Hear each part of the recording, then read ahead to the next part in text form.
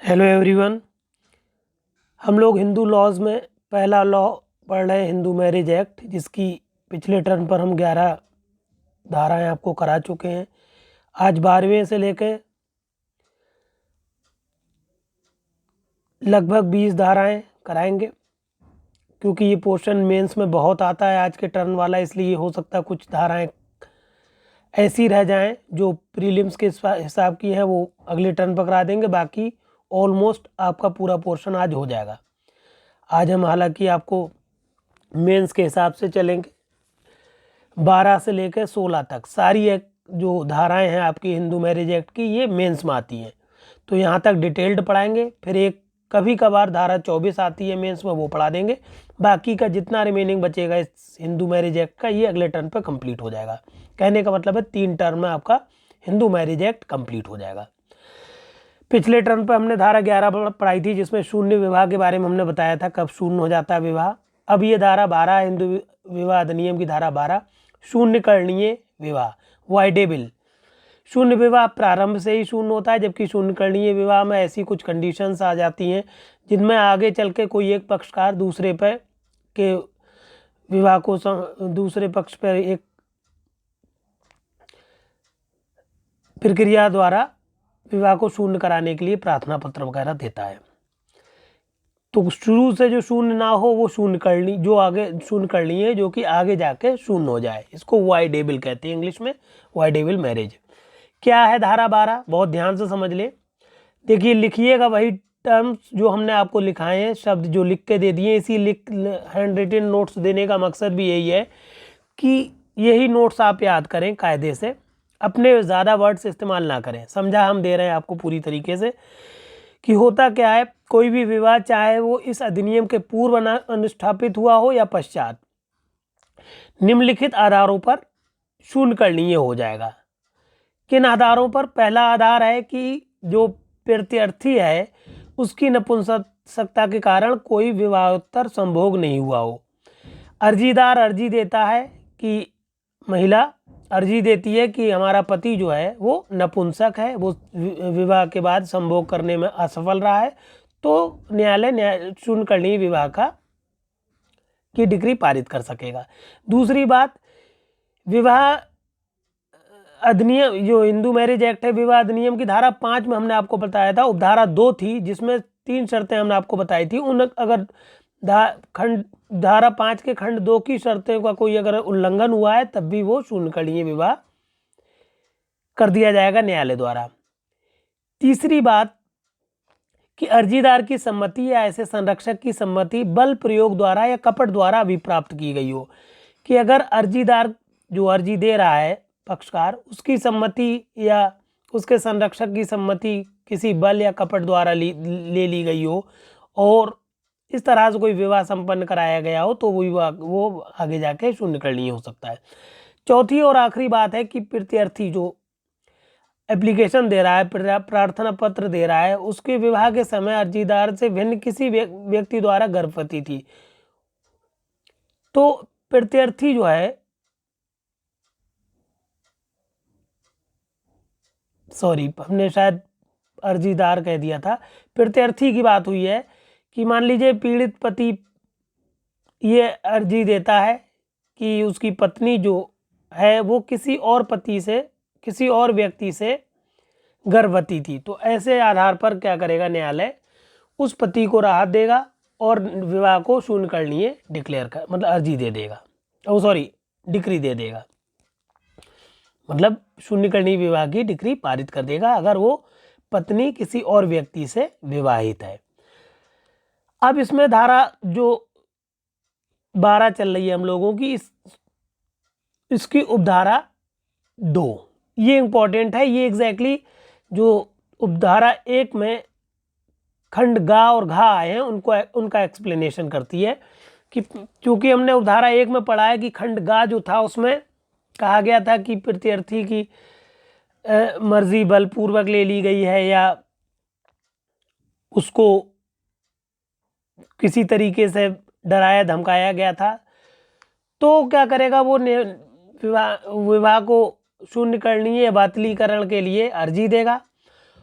और उसकी अर्जी सिर्फ 2 बातें उनको अगर फुलफिल कर देंगी तभी एक्सेप्ट करेगा न्यायालय, वरना नहीं करेगा। कौन कौन सी 2 बातें हैं? उनमें से एक बात है पहली खंड का में कि अर्जीदार जो है अर्जी ऐसे समय में दे, ऐसे समय का मतलब 1 वर्ष के अंदर दे जबकि उसे उसके ऊपर से बल हटा लिया गया हो या प्रताड़ना हटा ली गई हो या कपट हटा लिया गया हो, मतलब उसे पता लग गया हो कि मुझसे कपट किया गया था, मुझ पे कोई जालसाजी की गई थी, तो 1 साल के अंदर अंदर उसे अर्जी देना होगी विवाह के शून्यकरणीय होने के लिए। दूसरी बात, अर्जीदार जो है बल अगर उस पर प्रयोग किया गया है तो बल या कपट जो भी कुछ भी हो, तो उस बल या कपट का पता चल जाने के बाद वो आपस में पति पत्नी के रूप में ना रह रहे हों। अगर वो रह रहे हैं तो न्यायालय जो शून्यकरणीय विवाह की अर्जी है उसको एक्सेप्ट नहीं करेगा। कहने का मतलब है 1 साल के अंदर अंदर दें बल प्रयोग होने के पश्चात, और पति पत्नी के रूप में वो ना रह रहे हों, और खा पॉइंट में ये बताया गया है इसके कि जो 12 की धारा 1 घा थी उसके अंदर ये बताया गया था कि जो अर्जीदार है कि उन्होंने कह दिया कि ये किसी और से गर्भवती हैं, तो न्यायालय क्या करेगा, उनसे 4 बातों का समाधान लेगा।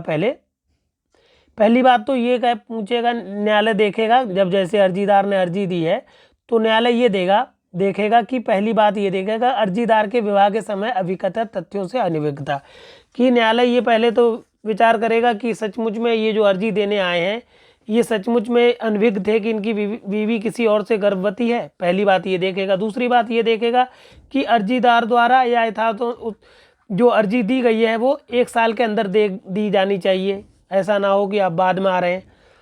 तीसरी और आखिरी बात, शायद हमने शुरू में 4 बातें कह दी थी, 3 चीज खंड जो खा है इसमें 3 पॉइंट देखेगा न्यायालय। तीसरी बात ये देखेगा कि ये सब पता चल जाने के बाद कि ये किसी और पत्नी जो थी किसी और से गर्भवती थी, इसके बाद उन पति पत्नी में आपस में संभोग ना हुआ हो। अगर वैवाहिक संभोग हुआ है तो इसका मतलब ये माना जाएगा अर्जीदार को अपनी पत्नी से कोई आपत्ति नहीं थी, और फिर अगर ये तीनों शर्तें का समाधान जब तक न्यायालय नहीं कर देगा तब तक शून्यकरणीय विवाह के लिए कोई डिग्री पारित नहीं करेगा। इंपॉर्टेंट है थोड़ा सा, 12 सेक्शन बहुत ज़्यादा सॉरी।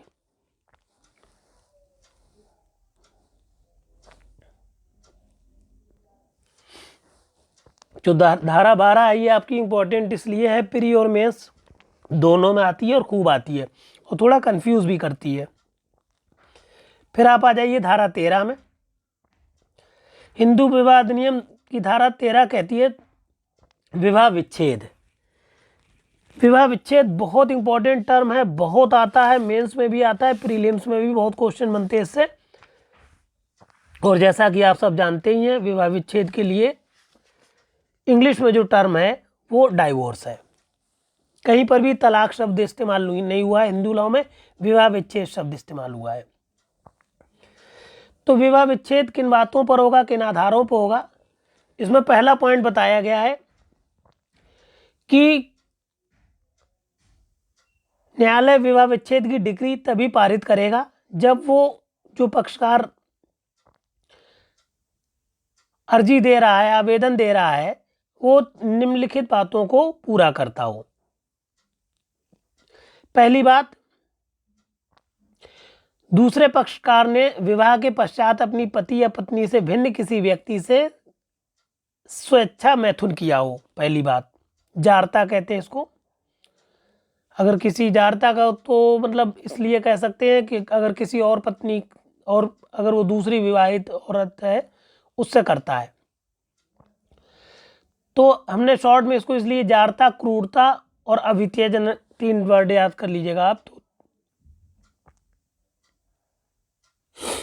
दूसरे पॉइंट में क्रूरता से संबंधित है दूसरा पॉइंट कि दूसरे पक्षकार ने विवाह के पश्चात अर्जीदार के साथ क्रूरता की हो। तीसरी बात है दूसरे पक्षकार ने अर्जीदार को निरंतर 2 वर्ष तक अभित्यक्त रखा हो।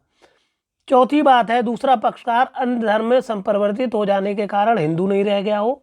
पांचवी बात है कि दूसरा पक्षकार असाध्य रूप से विकृत हो गया हो जिस कारण की अर्जीदार से युक्त रूप से यह आशा की नहीं की जा सकती वो प्रत्यर्थी के साथ रहे। कहने का मतलब है 5वें पॉइंट में बताया गया कि कोई दूसरा पक्षकार है जो इस तरह से विकृत है कि उससे उम्मीद नहीं की जा सकती कि ऐसे व्यक्ति के साथ रहा जाए, इसलिए वो विवाह विच्छेद का एप्लीकेशन अर्जी दे सकता है।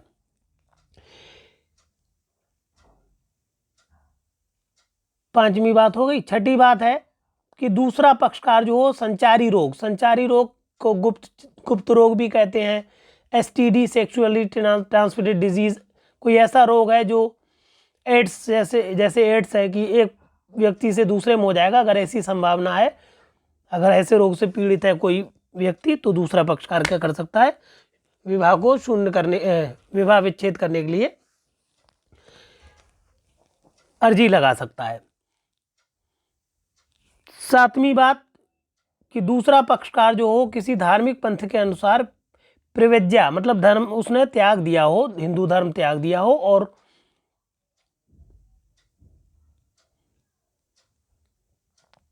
8वीं और आखिरी बात है कि दूसरा पक्षकार जीवित है या नहीं इसके बारे में 7 वर्ष से कुछ पता नहीं है। कहने का मतलब अगर वो जिंदा होते तो 7 साल के अंदर अंदर पता लगता कुछ ना कुछ फला जगह है या नहीं है, तो 7 साल से अगर कुछ पता पुतारा नहीं है तब भी दूसरा पक्षकार विवाह विच्छेद के लिए एप्लीकेशन दे सकता है। इसमें एक केस लॉ है मुनीश कक्कड़ बनाम निधि कक्कड़ 2019 सुप्रीम कोर्ट का केस है, बहुत इंपॉर्टेंट केस है। और ये एग्जैक्टली अभित्यक्त से संबंधित मामला है जो धारा 13 का पॉइंट 3 है, इससे संबंधित मामला है।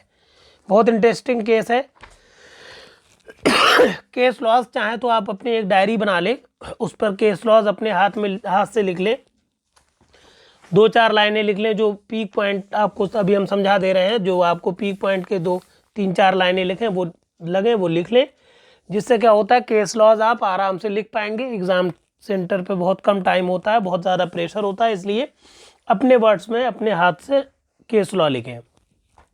मसला ये था इस मुनीश कक्कड़ वाले केस में कि पति पत्नी में शादी होने के बाद ये लोग, हालांकि शादी इनकी 2000 में हुई थी, सन 2000 में, और दोनों लोग 2-3 महीने के साथ रहे। फिर इनकी पत्नी जो थी वो कनाडा चली गई। कनाडा जाने के बाद उनको भी बुला रही थी अपने पति को कि आप भी आ जाइए। पति जो थे वो इंडिया में सेटल थे, उन्होंने कहा हम नहीं आ पाएंगे, तो बीच में चूंकि दोनों में तनातनी हो गई तो विवाह विच्छेद के लिए अर्जी डाल दी गई। विवाह विच्छेद की अर्जी पति ने डाली तो पति को जो सेशन न्यायालय है या लोअर न्यायालय है उससे राहत मिल गई, विचारण न्यायालय से, मगर उच्च न्यायालय ने उसको निरस्त कर दिया। अब मामला सुप्रीम कोर्ट में पहुंच गया। सुप्रीम कोर्ट ने जब देखा ये केस लड़ते लड़ते लगभग इनको आपस में 16 वर्ष 17 वर्ष हो गई, 16 वर्ष हो गए, तो सुप्रीम कोर्ट ने कहा कि ये लोग 16 साल से अलग अलग रह रहे हैं, ना एक दूसरे से कोई मिलना जुलना है, ना कोई मतलब है, तो सीधी सी बात है विवाह विच्छेद इनका पक्का है, कोई दिक्कत नहीं है इसमें। विवाह विच्छेद इनका कर दिया जाना चाहिए, इनको अलग अलग रहने का बिल्कुल अधिकार है, कोई पति पत्नी जैसी बात नहीं है। और विवाह विच्छेद के बाद क्या करें, इनके पति अपनी पत्नी को 7,500 रुपये प्रति माह दें। बाकी अगर पत्नी को कम ज़्यादा लग रहा है तो उसके लिए वो अपने आगे कार्रवाई कर सकती है। कुल मिला के सुप्रीम कोर्ट ने विवाह विच्छेद को एकदम डिक्लेयर कर दिया विवाह विच्छेद है, और कहा कि ये कोई ज़रूरी नहीं है कि रहने के लिए कनाडा जाएं, इनके लिए कोई व्यवस्था नहीं है, कोई ऐसी बाध्यता नहीं है, व्यवस्था नहीं, बाध्यता नहीं है, इसलिए ये अलग हो सकते हैं आपस में, और इनको अपनी पत्नी को भुगतान करना चाहिए, भत्ता देना चाहिए। अब इसी धारा 13 का उपधारा 2 है धारा 13 धारा 2 में सिर्फ पत्नी को अधिकार है कि वो क्या करे, विवाह विच्छेद की डिग्री को प्राप्त कर सके। 5 अधिकार हैं। पहला अधिकार ये है कि क्या करेगी पत्नी, अर्जीदार के विवाह के समय पति की कोई दूसरी पत्नी जीवित थी, अगर मान लीजिए जिनसे शादी हुई थी इन महिला की, अगर उस पति का कोई पहले से कोई पत्नी है तो ये दूसरी वाली शादी जो हुई है इसकी पत्नी विवाह विच्छेद के लिए डिग्री के लिए आवेदन कर सकेगी। दूसरा बात कि पति विवाह के पश्चात बलात्संग, गुदा मैथुन या पशुगमन का दोषी रहा है, अगर गुदा मैथुन वगैरह करता है तो भी पत्नी विवाह विच्छेद के लिए अर्जी दायर करेगी। तीसरी बात कही गई कि दंड प्रक्रिया संहिता की धारा 125 के अंतर्गत अगर इन दोनों लोगों में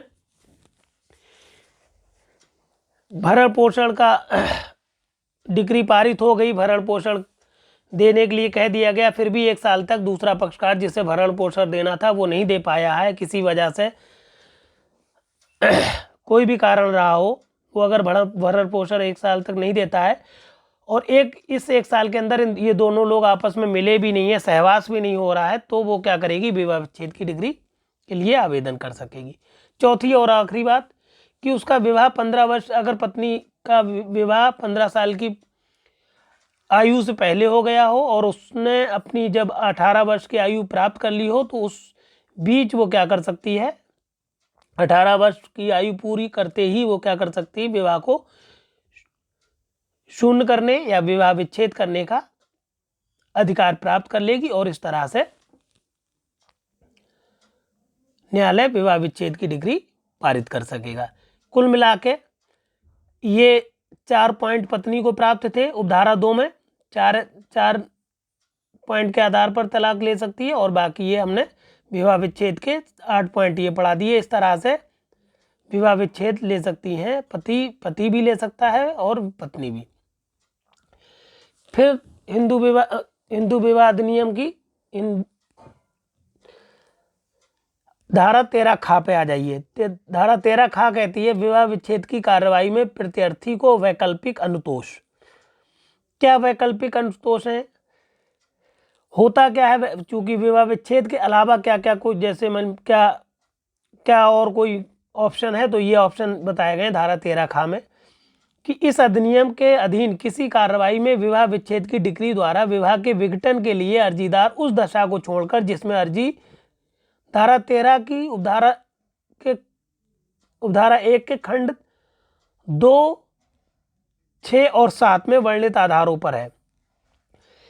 कहने का मतलब है कि अगर विवाह विच्छेद के लिए कार्रवाई के लिए कोई मामला आया है न्यायालय के समक्ष और न्यायालय को लगता है कि ये जो आवेदन किया गया है विवाह विच्छेद के लिए ये उपधारा 1 के खंड 2, 6 और 7 के अलावा है, तो न्यायालय क्या कर सकता है, मामले को देखेगा और बजाय विवाह विच्छेद करने के उनको न्यायिक पृथक्करण की डिग्री पारित कर सकेगा कि आप विवाह विच्छेद ना करिए, अभी न्यायिक पृथक्करण, अभी आप अलग अलग रह लीजिए, अगर आपका मन करे तो आप साथ में रह सकते हैं, इस तरह के वो पारित कर सकेगा,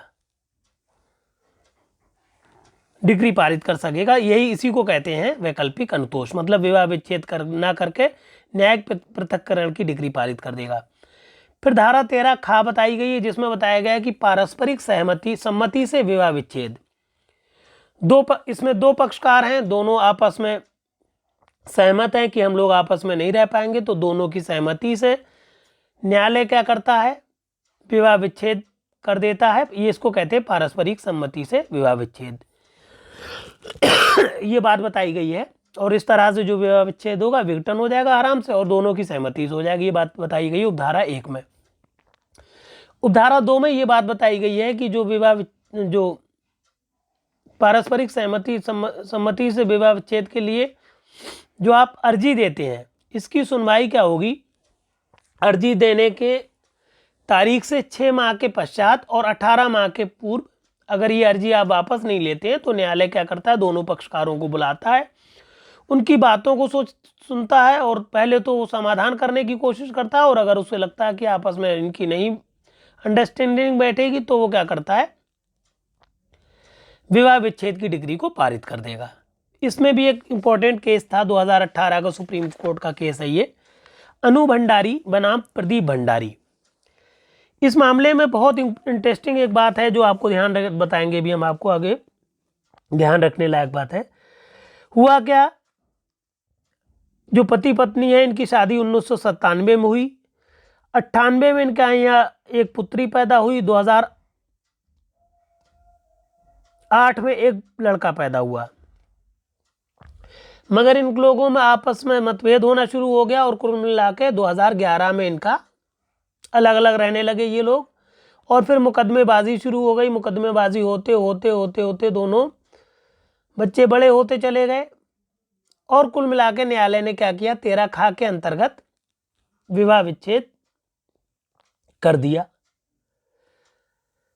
विवाह विच्छेद कर देने के बाद इनका एक जो बेटा है वो जब विवाह विच्छेद हुआ उस समय 10 साल का था। तो ये बात इंपॉर्टेंट है, उसमें सुप्रीम कोर्ट ने इस बच्चे का भी जिक्र किया। ये इस बच्चे 10 साल के बच्चे ने जब इनका विवाह विच्छेद हो गया आपस में, तो इसने एक सुप्रीम कोर्ट को धन्यवाद ग्रीटिंग या लेटर भेजा। तो सुप्रीम कोर्ट ने कहा कि देखिए बच्चे भी इससे पीड़ित होते हैं, विवाह विच्छेद से परेशान होते हैं, और हालांकि कुछ परिस्थितियां ऐसी आ जाती हैं कि उन्हें भी बेहतर लगता है कि दोनों हमारे माँ बाप को अलग रहना चाहिए। तो उसने धन्यवाद व्यक्त किया कि इस तरह की कलह से बेहतर है, इन लोगों में कलह ना होने से बेहतर है कि ये लोग आपस में अलग अलग रह के अपनी अपनी ज़िंदगी गुजारें। इस बात के लिए बच्चे ने धन्यवाद किया, और सुप्रीम कोर्ट ने कहा कि तमाम लोगों के लिए एक संदेश है कि प्रयास किया जाए कि इस आपस में जैसे भी रहें तो मनमुटाव ना हो, या फिर अगर ज़्यादा मनमुटाव है तो बच्चों के लिए बेहतर है कि आप अलग हो जाए। फिर धारा 14 बहुत इंपॉर्टेंट नहीं है, प्रीलिम्स में कभी कभार कोई प्रश्न आया है तो अलग बात है, वरना नहीं आती है लगभग। इसमें ये कहा गया धारा 14 में, यहाँ पर हमने लिखी नहीं, बता दे रहे हैं आपको, कि विवाह से 1 वर्ष के भीतर विवाह विच्छेद के लिए कोई अर्जी उपस्थित ना की जाएगी। मतलब विवाह विच्छेद के लिए जो अर्जी देते हैं वो आप 1 साल के बाद ही दें, अगर कोई भी बहुत जटिल मामला नहीं है तो, वरना 1 साल के अंदर, कोई जटिल मामला है तो अलग बात है, वरना 1 साल के अंदर अंदर विवाह विच्छेद की डिग्री के लिए कोई आवेदन, कोई अर्जी नहीं ली जाती है। फिर आप आ जाइए धारा 15, इंपॉर्टेंट है। इसमें पूछा जाता है कि ये बताइए, धारा 15 कहती है कि कब विवाह विच्छेद प्राप्त व्यक्ति पुनः विवाह कर सकेगा। तो पुनः विवाह कब कर सकते हैं, बहुत इंपॉर्टेंट बात है, एकदम पॉइंट टू पॉइंट याद रखिए इसको, एज इट इज जैसे हमने लिखा है ऐसे ही याद रखना है। जबकि विवाह विच्छेद की डिक्री द्वारा विवाह विघटित कर दिया गया हो, और या तो डिक्री के विरुद्ध अपील करने का कोई अधिकार ना हो, या यदि ऐसी अपील का कोई अधिकार हो तो अपील करने के समय का कोई अपील उपस्थित ना हुई हो, या उसका अवसान हो गया हो समय का, या फिर कोई अपील उपस्थित की गई थी वो खारिज कर दी गई हो, तब ही विवाह के किसी पक्षकार द्वारा पुनः विवाह करने का विधिपूर्ण अधिकार होगा। कहने का मतलब है, विवाह विच्छेद की कोई डिक्री की गई, डिक्री के बाद कोई अपील की गई हो तो खारिज कर दी गई हो, या फिर अपील ना की गई हो जितने समय के अंदर समय मिला था, या फिर अपील की गई हो मगर समय के बाद की गई हो, इन तमाम मामलों में क्या हो सकता है, तभी ऐसा मसला जब अपील का, कहने का मतलब कुल मिला के कि डिक्री के विरुद्ध अपील का अधिकार जब पूरी तरह से समाप्त हो जाए तभी पुनः विवाह कर सकते हैं ये विवाह विच्छेदित व्यक्ति। धारा 16 शून्य और शून्यकरणीय विवाहों के अपत्यों की अधर्मजता। चाहे शून्य विवाह से कोई बच्चा पैदा हो या शून्यकरणीय विवाह से कोई बच्चा पैदा हो, ये बात याद रखना आपको, वो हमेशा ही धर्मज पुत्र होता है, उसकी धर्मजता पर कोई फर्क नहीं पड़ता है। धारा 16 की उपधारा 1 में शून्य विवाह से उत्पन्न हुए बच्चे जो धारा 11 के अंतर्गत आएंगे, बताया गया है कि ऐसे बच्चे जो होते हैं धर्मज बच्चे होते हैं। और धारा 16 की धारा 2 में बताया गया है कि जैसा कि विवाह अधिनियम, हिंदू विवाह अधिनियम की धारा 12 के अनुसार जब शून्यकरणीय कोई विवाह है और शून्यकरणीय विवाह की अकर्तता की डिक्री मंजूर की जाने से पहले अगर कोई बच्चा पैदा हुआ है, बाद में वो विवाह शून्यकरणीय हो गया है, तो भी वो विवाह से उत्पन्न बच्चा जो होगा, अपत्य जो होगा, वो धर्मज बच्चा होगा। कहने का मतलब है शून्य या शून्यकरणीय विवाह से उत्पन्न बच्चे भी धर्मज पुत्र या पुत्री होते हैं। यहाँ तक मेंस में बहुत ज़्यादा आता है। इसके बाद एक धारा कभी कभार मेंस में पूछ ली जाती है, धारा 24 कि वाद लंबित रहते भरण पोषण और कार्रवाई के व्यय। तो ये भी मेंस में पूछ ली जाती है, इसलिए यहाँ पर पढ़ा दे रहे हैं। अगले टर्न पर सब सारी धाराएं हम 30 तक कंप्लीट करा देंगे आपको, क्योंकि वो सारी प्रीलिम्स के हिसाब की धाराएं हैं, मेंस में नहीं आता उनसे कुछ। धारा 24 में बताया गया है कि अगर मान लीजिए हुआ क्या है, कोई ऐसे पक्षकार हैं, चाहे वो पति हो या चाहे पत्नी हो, उनकी कोई स्वतंत्र आय नहीं है और उन्हें सहायता की बहुत ज़रूरत है, तो वो ऐसे पक्षकार से जो कमा रहा है उस पक्षकार से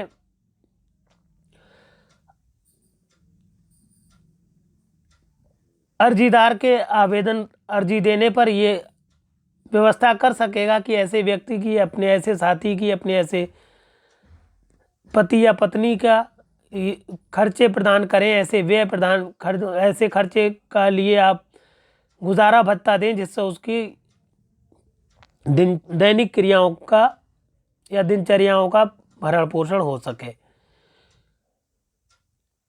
ये बात बता दी गई है धारा 24 में। इसमें एक परंतु जोड़ा गया है, जो भी व्यय प्रदान करने के लिए कार्रवाई होगी, जो भी मासिक आय राशि प्रदान करने के लिए आवेदन किया जाएगा, उसका निस्तारण 60 दिन के अंदर होना चाहिए। बिल्कुल क्लियर समझ लीजिए शॉर्ट में धारा 24 को, कि अगर वाद कोई लंबित है और लंबित रहने के दौरान क्या हो रहा है, भरण पोषण नहीं कर पा रहा है कोई व्यक्ति, तो न्यायालय ऐसा व्यवस्था कर सकेगा कि जब तक आपका वाद निर्णय नहीं आ जा रहा है तब तक आप अपने साथी के मासिक गुजारा भत्ता प्रदान करें, जिससे उसका कम से कम जीवन चल सके।